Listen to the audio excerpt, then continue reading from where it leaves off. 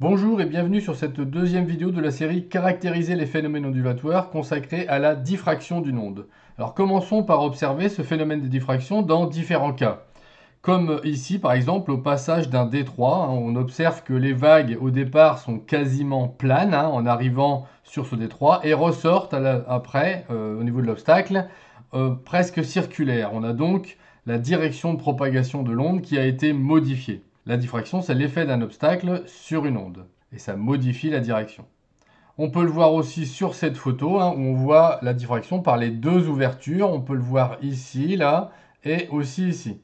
Alors, on peut observer le phénomène aussi avec des ondes lumineuses. La figure de diffraction qu'on peut observer au laboratoire dépend de l'obstacle. Vous voyez qu'on a ici différentes figures pour des ouvertures rectangulaires par une fente, par une ouverture carrée ou encore par un trou circulaire. Alors, on pourrait penser qu'on ne peut observer ça qu'au labo, mais on retrouve aussi ça dans la vie courante. Par exemple, ici, on a une photo de ce qu'on peut voir à travers un rideau d'un lampadaire qui est dans la rue.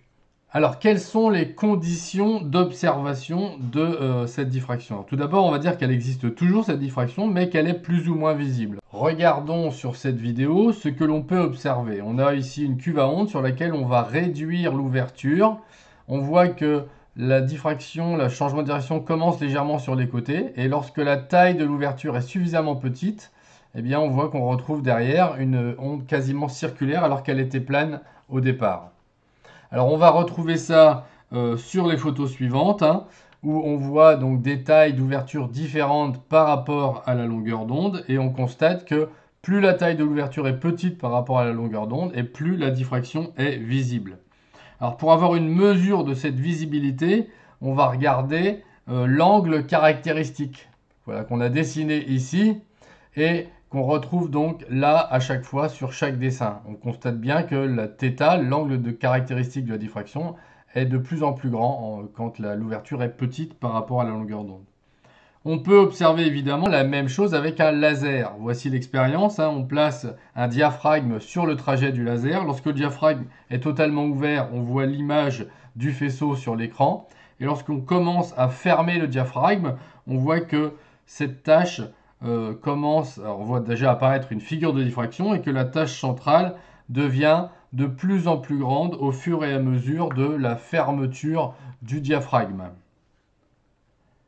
Alors voyons dans ce cas l'angle caractéristique θ que l'on voit ici sur le schéma ci-dessous. Et comment peut-on obtenir la relation? D'abord en mesurant la largeur petit d de la tâche centrale pour différents diamètres petit a de fil. Alors on aurait la même chose avec des fentes. Et en traçant la fonction θ en fonction de 1 sur a. On obtient alors une fonction linéaire. On en déduit donc que la relation est θ égale lambda sur a, puisqu'on montre que le coefficient directeur de cette droite est égal en fait à la longueur d'onde de la lumière utilisée. Alors on rappelle que pour obtenir θ, on le voit sur le graphique, on a une relation trigonométrique qui est que la tangente de θ vaut la moitié de petit d, donc d sur 2, le tout divisé par grand D, ce qui nous donne donc d sur 2d. Si d est suffisamment grand, alors θ va être petit et on peut, en bonne approximation, remplacer tangente de θ par θ tout simplement. Finissons cette vidéo en regardant les conséquences de la diffraction. Bien, on a vu qu'elle provoque, lorsque le diamètre est petit, un étalement de la lumière et donc elle va diminuer la résolution de la plupart des systèmes optiques, que ce soit des microscopes ou encore des télescopes.